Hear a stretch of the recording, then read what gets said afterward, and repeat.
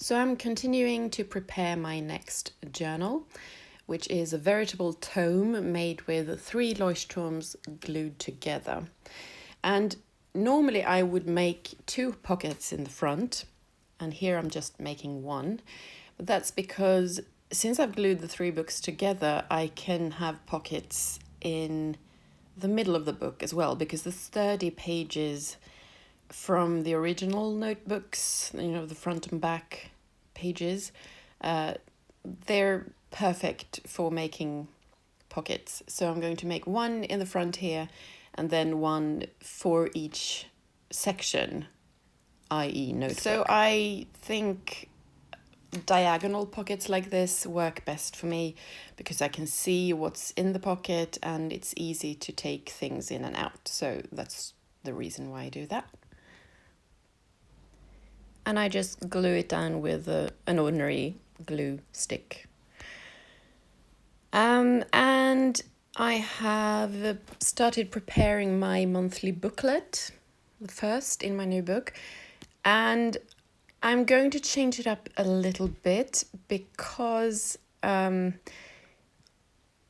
didn't need the project pages that I had before. Because my booklets contain a calendar and the weeklies and a tracker. And before I had 2 project spreads as well, one for work and one for home, but I didn't use it. It was superfluous. So it just wasted paper. So this time I'm just going to have the weeklies as Dutch doors and write the main projects and deadlines and stuff in the boxes, in the weekly boxes, they are on the calendar page and on the tracker page. And in my old layout, I had these boxes on the project pages, but since I didn't use the rest of the paper for much, I'm moving that information to sort of the insides of the cover pages. So it will still be visible while I'm on my weeklies, which is the main point. And if this is really abstract and hard to understand, you can watch my video on my system setup. Or you can stay with me in this little series where I prep my tome and I will eventually write in my projects in those boxes. So it will all become clear. Here I am painting painting pages in my random section, which is the middle book. Because I don't like journaling on white pages. It has taken me so long to understand this, too long. But I don't like the result. I don't read it. I don't like the way it looks. And it's not inspiring. And I don't have the time to paint every day. So the only way to make sure that every page is to my liking is to prepare it beforehand.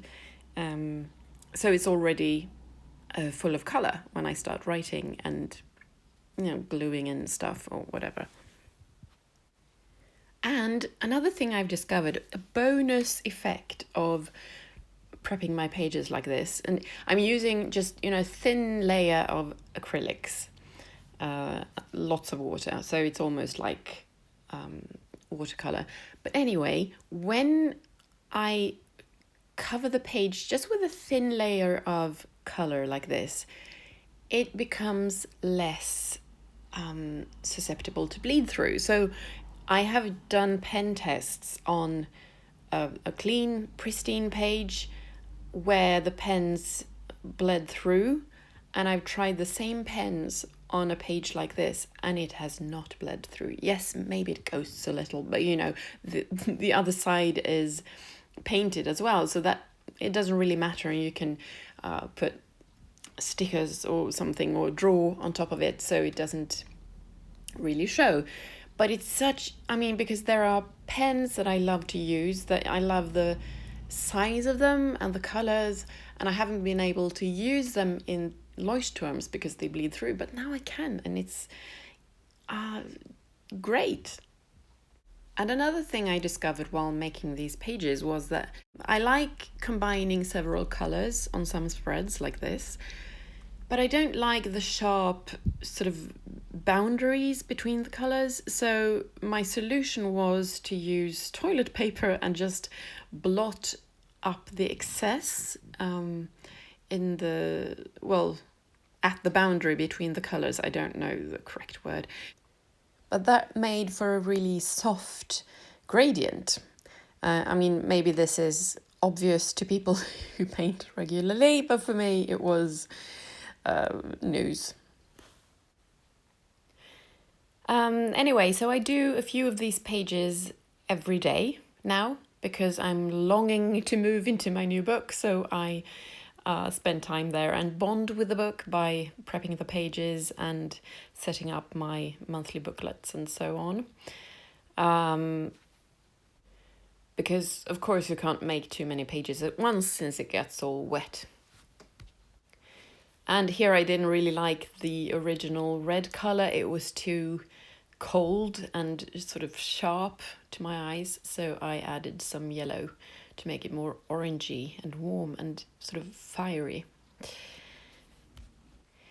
But I should mention that I only prep my middle book, my middle random section like this, the section that's meant for journaling and brainstorming for my world building, because in the project section and the time specific planning section, it would be too distracting to have all these colors. So I need the pristine white pages there. Because I don't know, it's just how my brain works. It can't concentrate when there's too much prettiness to look at. But here in the random section where I journal, it actually helps to have some kind of input.